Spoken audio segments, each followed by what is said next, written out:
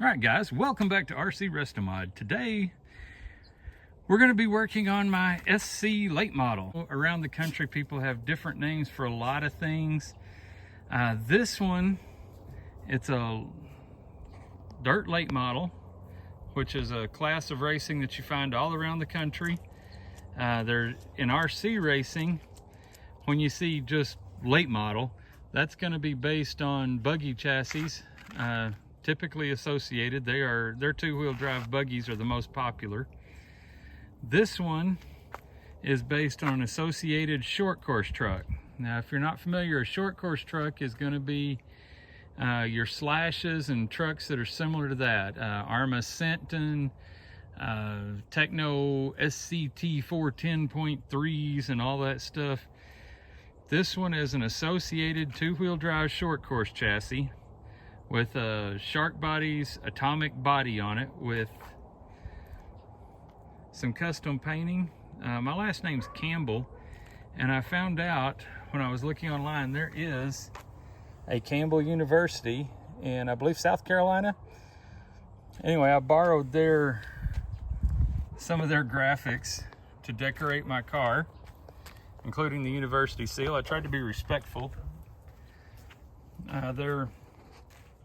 Our sports teams are known as the Fighting Camels, so I had to add that on there. And then back here, these little decals, I used the Bing AI image generator to make a fictitious company up for each of the guys in our RC club. Now, that's been kind of a fun thing for everybody. And if I can get in here on the inside, yeah, there you go. See, my driver thinks he's the Stig. That's why he's all dressed in white. And if you look way down in there, he's got gauges and a chrome and black steering wheel, seat belts. It was a lot of fun decorating this car, but last time out, it was broken. And we're gonna fix it, this time on RC Restomod. I'm gonna have to hang on to this thing so it doesn't fly off the table. It started doing something I didn't like.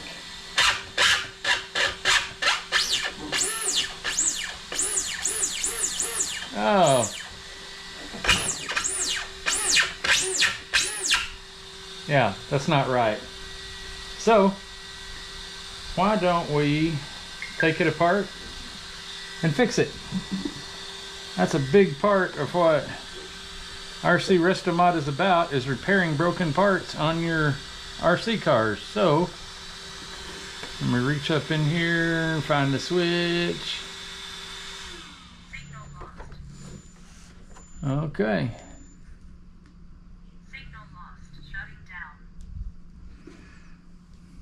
Now this thing is crazy because we have 6 body pins.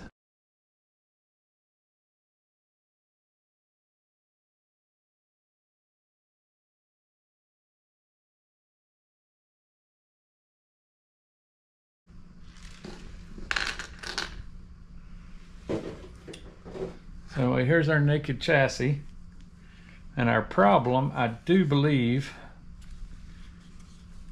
is going to be back over here where the spur gear and the pinion are. Now, I did have myself a pretty bad collision. Well, hang on. That feels like that spur gear does not feel bad. Let's turn it back on and do some diagnosis without the body on it. Welcome to Novo. Alright, let's see what's slipping. Well, I don't know if you can see it. It feels like it meshes,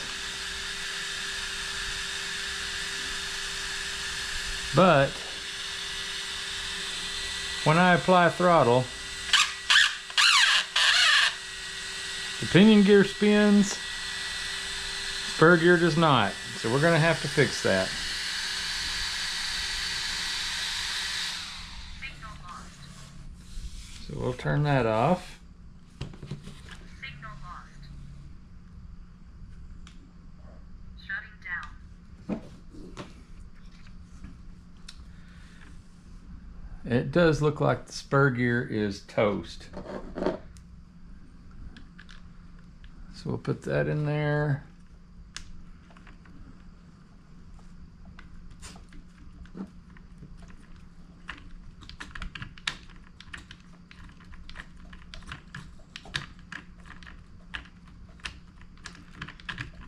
And this is quite a bit, this setup is quite a bit different than Traxxas uses. As you can tell, to begin with, the nut is on the complete opposite end of the car from the spur gear instead of going right down in the center of it. The spring's on the back side. It's just a whole different, I mean, it's different where everything's located, but the parts themselves are the same, except that Associated is all fancy, and you have these little specialty washers that locate the spring ever so properly. They can't have it off the least little bit. All right, so then this plate slides out, and I've got shock limiters. Oval track cars will use that to control how much body roll you get. My shock limiters have the rear end pinned down so that it won't droop far enough to let the shaft for the slipper clutch slide out all the way. So we're going to have to fix that.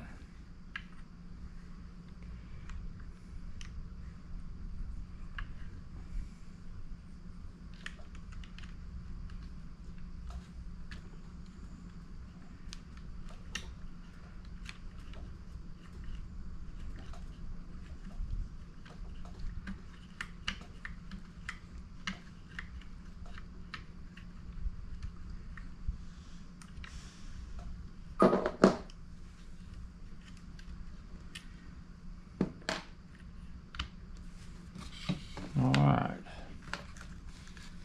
now that'll let that drop out. We'll use one of our spray can lids that we use for ultrasonic cleaning under there. I don't like the little RC stands. A lot of people use them to great success. I have two, and I've not had very good luck using either of them. Anyway, the way that Associated's slipper clutch works, let's get all the pieces off. If you've only ever worked on Traxxas before, this is quite different. Okay, instead of using the three little brake pad looking things attached to a metal part, what Associated does is they have two pads, one on either side, they're shaped like an octagon, and they have little tabs so that they lock in place on the spur gear. And it actually does make it easier to install. It's a pretty good idea. And there is, it's going to be difficult to show, but the input shaft for the transmission is kind of D-shaped and hollow. And because it's D-shaped, this ring that's the back of the slipper clutch slides in, and where it fits on that D, those two flats on either side allow that plate to lock in. Then your spur gear goes on with its friction pads on either side, and then it's captured across the top with this deal that looks kind of like a symbol from a drum kit, and it goes through, and then the spring and nut are on the back side. It functions the same as a Traxxas one, it's just laid out completely different. But what we have discovered is that these teeth, I kind of roll it around, you can see that these teeth are about gone there. And if I show the end, you can see that little notch there. That little notch on this end is how tall all these teeth are supposed to be. So unfortunately, I turned my spur gear into a piece of plastic trash. So let me see if I have a new one in my spare parts bin. I do think I do.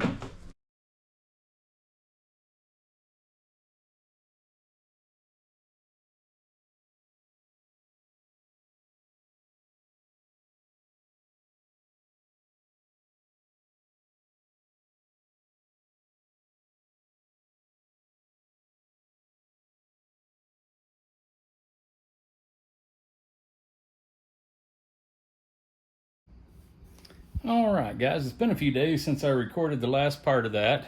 I did try my other team associated spur gears that I own, but I discovered that the hole right through the center of it, right here, is too small on the ones for my buggy bait, for my, well, the other associated cars I own. It's too small to fit over that center shaft, and it needs to be a tight fit like this one.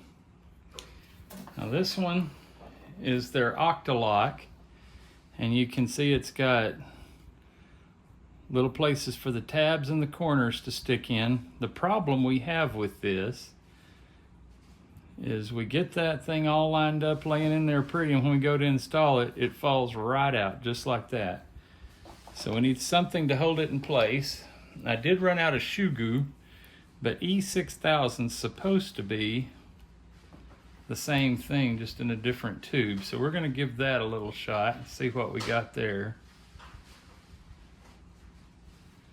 It does appear to be the same thing, only it's not all dried out like my shoe goo was. So we're just gonna put a tiny drop on either side like that.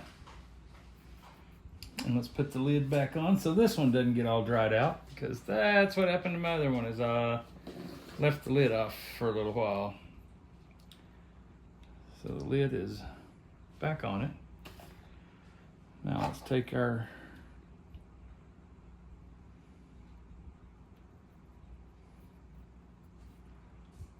I'll squeeze that on there. And look at there, the front face is clean.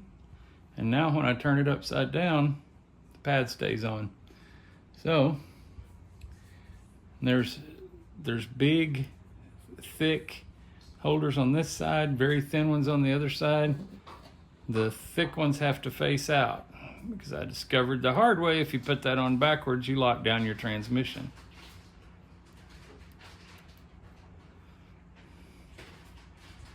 But they will stay in the big lugs without too much trouble. All right, then the front plate and the shaft that holds everything in place goes through.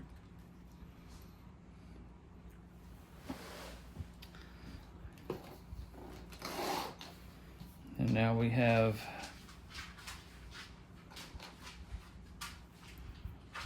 the little double-sided spring backer. That keeps everything centered in the hole on the other side. Well, we'll flip it around. I'll just hold that. All right.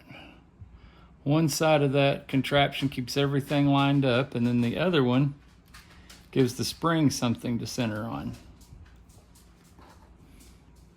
So now the spring is centered on that, nice and tight. And then this one just has a little extension on one side. We'll face that down into the spring.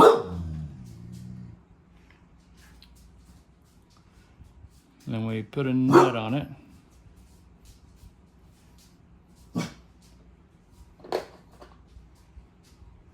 Chinook, hush, I'm doing a video here.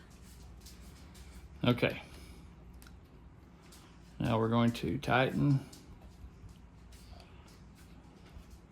this down on the other side. We have to hold this side still while we tighten the other side down.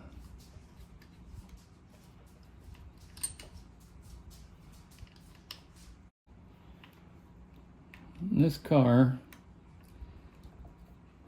has been very frustrating since I've gotten it. Everything is so persnifery and has to be just right. It is not forgiving like a Traxxas car or the couple of Technos I've had. It's like, hey, it works great as soon as you get everything perfect. But if anything's imperfect, then you're hosed. So what we're gonna do, I didn't find any real good advice on how tight the slipper clutch needs to be. And that also can end up being a tuning thing at the track. So what I'm going to do is go with the base tuning like Traxxas tells you. And we're just gonna completely collapse the spring. Okay, there is 1/2, 1 full turn out. We'll see how that works. It may want to be a little tighter or a little looser. Now that we got that put back together, now we can put this shock back on that we had to loosen to get some droop there. Now let's tighten that up. This is a nylon locking nut, so it won't back off. So this one doesn't have to be killed, it just has to be seated. It doesn't have to be particularly tight. Now we've got the issue of setting our gear lash, because right now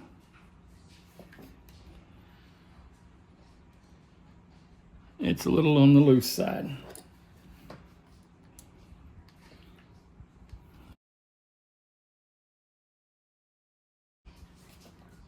And we're taking them all the way out because I had not used Loctite before. And that may have been some reason it slipped back and ate my spur gear. And guys, I'm telling you, this is only a 3-car class so far. There's other guys building them right now.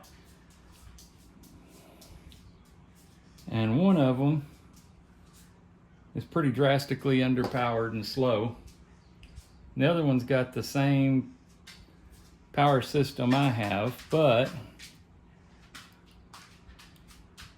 and if you ever look at the comments to any of my videos, you'll see some videos from the other guy that's got the same motor I've got. Matter of fact, he's the reason I've got the same motor, because I was perfectly happy running a 13.5 turn motor in it and going nice and slow and just being super precise with my driving. But then he shows up with a 3500 kV Tekin motor in it, and I was so far from competitive that my only option was to go buy a motor just like it, which is what I did. Well, I didn't have enough ESC to run this motor, so I had to buy one of those too. So that feller, even though he's a friend of mine, cost me a lot of money. So thank you, Mr. Sewell, for my fancy high-dollar Tekin ESC and motor. Does look pretty cool in there though.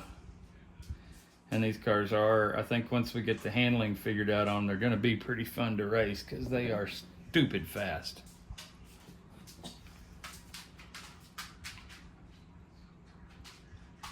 Let's see if we can get that thing stuck in there.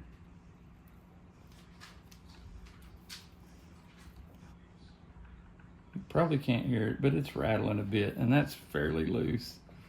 So we're going to tighten it up ever so slightly.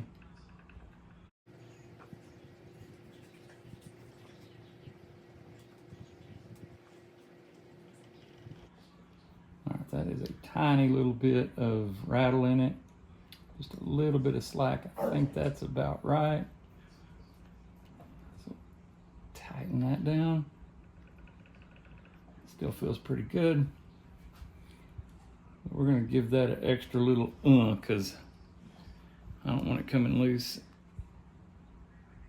or letting my motor slide and chew up that spur gear, because this thing has a lot of power and it will chew up the spur gear given half a chance.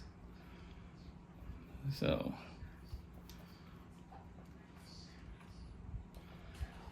all right, that's on there pretty tight.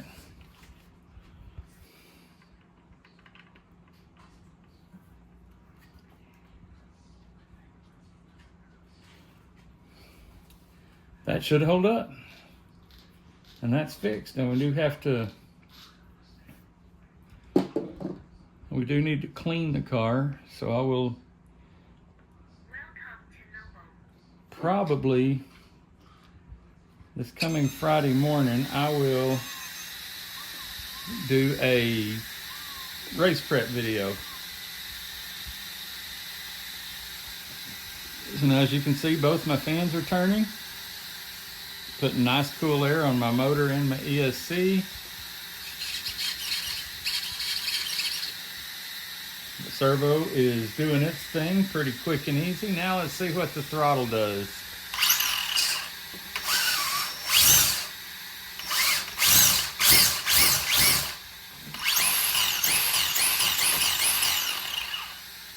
That looks like it's ready to go. So, that's one repair made. Okay, she's fixed for now. We'll see how it holds up come Friday night when we get to race it. Yeah, there's a possibility we could even win with this one if everything goes well. We've just recontoured the track, so nobody really knows their setup. So everything's gonna all be determined by who can make the best adjustments to their car once we get to the track. And guys, if you're watching this and you're not subscribed, I'd sure appreciate it if you'd like and subscribe and maybe turn on notifications, hit that bell. Trying to build something here that's really good for the community, trying to give you some good step-by-step, this is actually how you do it kind of things. If that's something you're interested in and would like to see me keep going with, then throw me a like and subscribe and tell your friends about my videos. Anyway, y'all have a great day, and we'll catch you next time on RC Rustomod.